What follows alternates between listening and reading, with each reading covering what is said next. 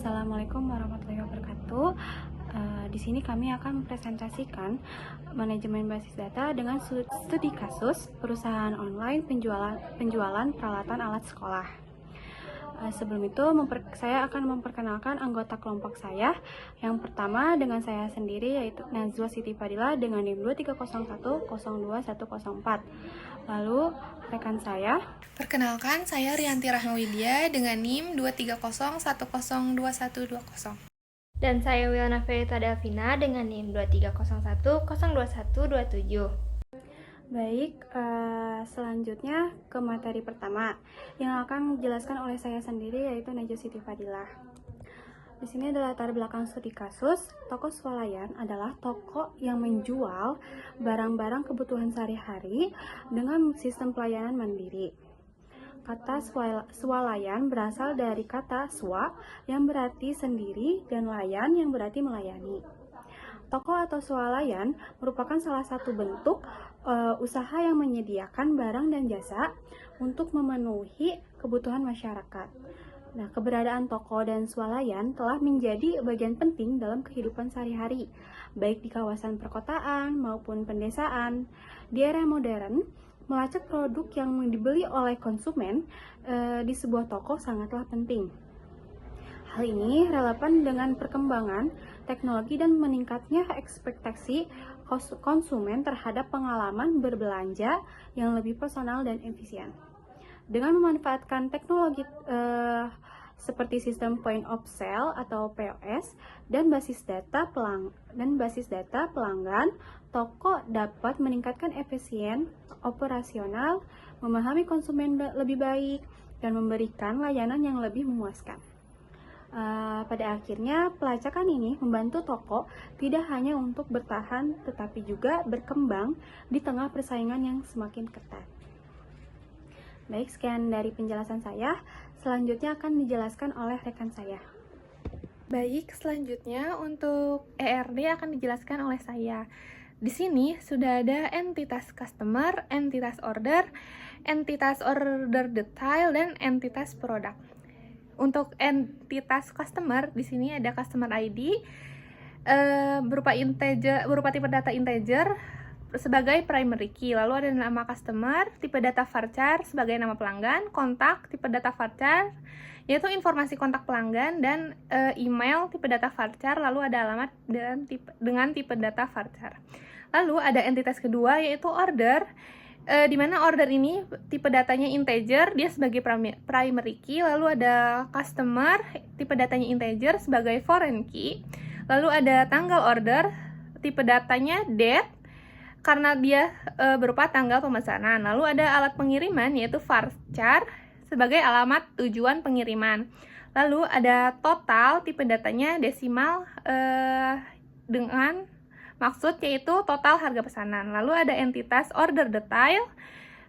Di sini untuk order detail ada tipe datanya itu integer sebagai primary key. Ada order ID dengan tipe data integer, yaitu foreign key. Lalu ada produk, tipe datanya integer, foreign key juga. Lalu ada jumlah, tipe datanya integer sebagai jumlah produk yang dipesan. Lalu ada entitas produk.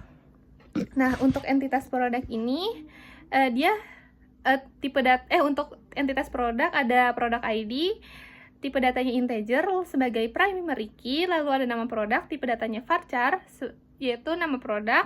Ada kategori ID, tipe datanya integer sebagai foreign key. Lalu ada stok produk, tipe datanya varchar, yaitu jumlah stok produk yang tersedia. Lalu ada harga, tipe datanya desimal, yaitu harga per unit produk. Di sini ada create database. Nah, untuk memunculkan create database, kita harus mengetik query seperti create database alat sekolah, lalu use alat sekolah. Lalu di sini ada create table.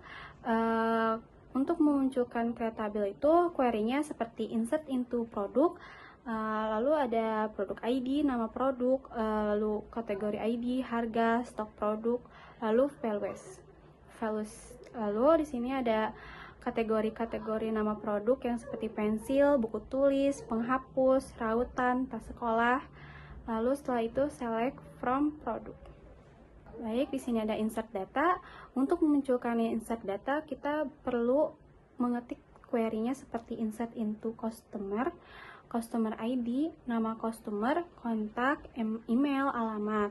Lalu values nama customer seperti Sabila, lalu masukkan juga nama emailnya, lalu masukkan juga kotaknya, lalu ke berikutnya sampai 5 dari nama customer gitu. Lalu select dan from customer. Baik, selanjutnya akan dijelaskan oleh rekan saya. Baik, selanjutnya untuk pembuatan constraint akan dijelaskan oleh saya kembali. Di sini sudah ada query-nya, itu select berupa order dan order ID customer, nama customer, customer, email, lalu order, tanggal order.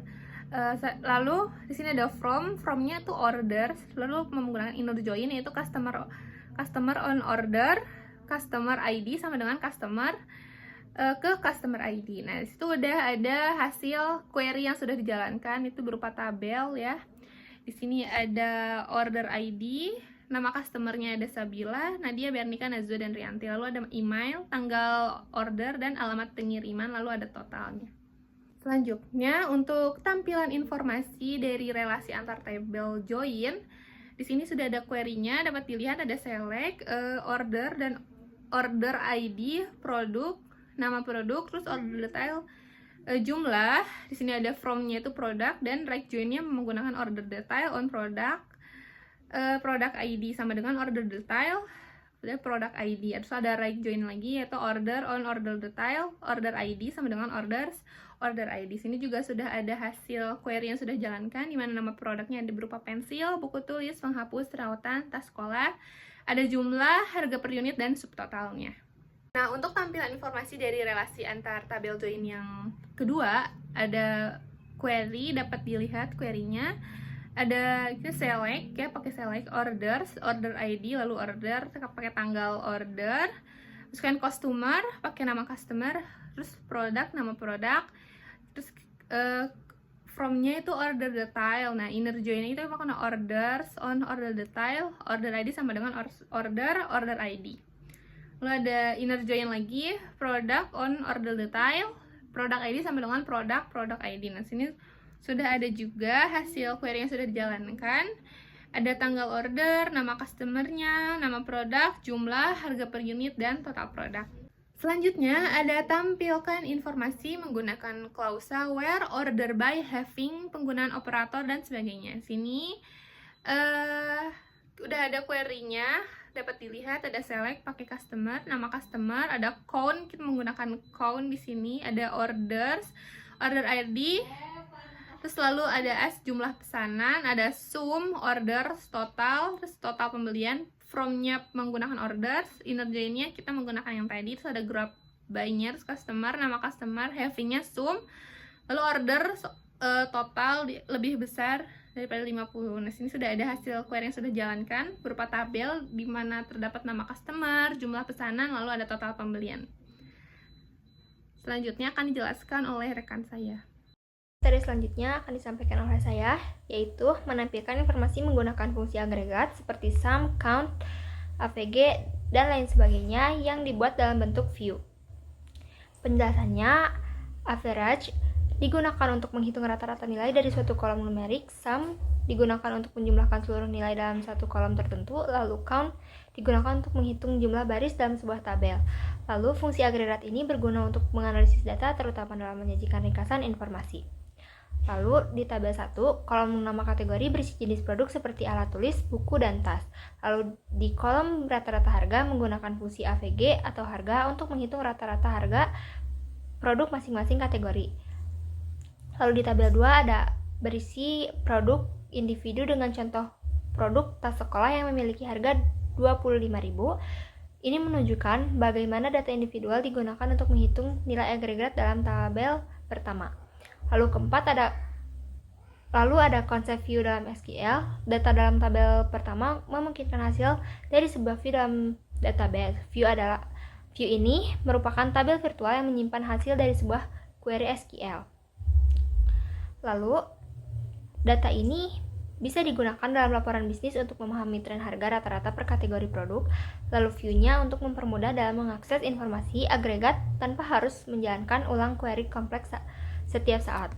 Materi selanjutnya ada menampilkan informasi menggunakan subquery, yang dimana subquery adalah query yang berada dalam query lain. Biasanya digunakan dalam select, where, atau having. Di sini di dalam tabel 1 ada kolom nama customer yang berisi daftar pelanggan seperti Nadia, Bernika, dan Nazwa. Lalu di kolom total pembelian memungkinkan dihitung menggunakan subquery untuk menjumlahkan total pembelian setiap pelanggan. Contoh subquery-nya adalah select sum harga untuk menghitung total pembelian untuk setiap pelanggan berdasarkan data transaksi. Lalu ada juga tabel yang menghitung rata-rata harga, di mana menampilkan nilai AVG atau harga dengan 6,6. Kemungkinan dihitung dengan query seperti select AVG atau harga from produk titik koma. Selanjutnya ada membuat user baru, di mana di sini merupakan ada perintah create user Narina 9799 at localhost identified by manajemen basis data yang digunakan untuk membuat user baru di MySQL. Narina 9799 at localhost adalah nama pengguna yang dibuat, identified by manajemen basis data untuk menetapkan kata sandi user tersebut. Jadi manajemen basis data itu tuh passwordnya. Dengan perintah user Narina akan dibuat, atau Narina 9799 akan dibuat tetapi belum memiliki hak akses apapun ke database. Lalu ada juga grant select on alat sekolah titik produk to Narina at localhost. Ini untuk memberikan hak akses penuh terhadap Narina terhadap tabel alat sekolah atau produk. Grant select berarti user hanya diberikan izin untuk membaca menjalankan query select pada tabel produk dalam database alat sekolah. Lalu ada flash privilege yang dimana ini memastikan bahwa perubahan hak akses langsung diterapkan dalam sistem database. Di sini juga saya akan menyampaikan kesimpulan. Kita dapat mempelajari pentingnya penggunaan Entity Relationship Diagram atau ERD untuk memetakan hubungan antar entitas dan memastikan struktur tabel sesuai dengan aturan normalisasi.